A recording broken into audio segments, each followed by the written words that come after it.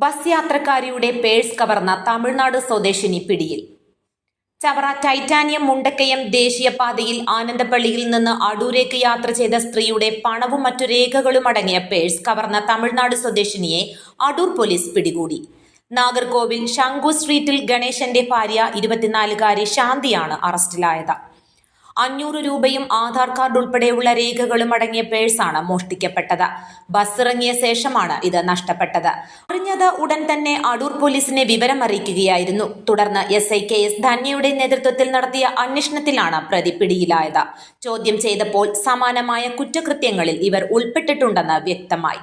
വ്യാജമായ വിലാസമാണ് നൽകിയതെന്ന് സംശയിക്കുന്നതിനാൽ വിശദമായി ചോദ്യം ചെയ്തു. പേഴ്സ് ഇവരിൽ നിന്നും പോലീസ് കണ്ടെടുത്തു. News desk, Adoor news.